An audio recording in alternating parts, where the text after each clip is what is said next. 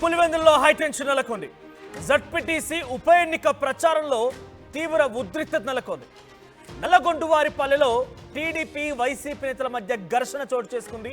అయితే ఈ ఘర్షణలో YCP MLC Ramesh Yadav పైన టీడీపీ కార్యకర్తలు దాడి చేశారు. ఎమ్మెల్సీ రమేష్ కారు అద్దాలు ధ్వంసమయ్యాయి. ప్రస్తుతానికి ఎమ్మెల్సీ రమేష్ ని ఆసుపత్రికి తీసుకెళ్లారు. మనం ఇక్కడ విజువల్లో చూస్తున్న వాటి స్క్రీన్ పైన ఆ హాస్పిటల్లో వీల్ చైర్ పై వెళ్తున్నటువంటి ఆయనే ఎమ్మెల్సీ రమేష్. సో ఆయన కారు పైన దాడి జరిగింది. టీడీపీ కార్యకర్తలు దాడి చేశారట. సో పులివెందుల్లో జడ్పీటీసీ ఉప ఎన్నిక కొనసాగుతోంది. సో ప్రచారంలో భాగంగా ఆయన హాజరయ్యారు. అయితే ఆయన కారు పైన దాడి చేశారు టీడీపీ కార్యకర్తలు. ఆయన చేతికి గాయమైనట్టు తెలుస్తోంది. మనం ఆర్టీవీ స్క్రీన్ పై చూస్తున్నాం. ఆయన భుజాన్ని పట్టుకొని ఉన్నారు. ఆయన భుజం పైన చేయి వేసి పట్టుకొని ఉన్నారు. అక్కడ వెళ్ళగానే ఆయన చొక్కా విప్పిస్తూ ఉన్నారు. ఆ భుజం కదిలిస్తున్న కొద్ది ఆయన అమ్మ అయ్యా అంటూ కూడా కొంత ఆర్తనాదాలు చేస్తున్నాడు. నొప్పితో భరించిన నొప్పితో ఆయన బాధపడుతుంటూ కనబడుతున్నాడు.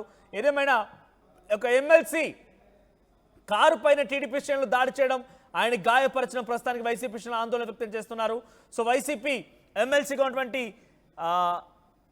ఈ వ్యక్తి పైన దాడి చేసిన ఘటన కొంత ఆందోళన గురి చేస్తోంది. వైసీపీ ఎమ్మెల్సీ రమేష్ కారు పైన దాడి చేసి ఆయన గాయపరిచారు. సో ప్రస్తుతానికి అక్కడ కొంత ఉద్రిక్తత వాతావరణం నెలకొంది.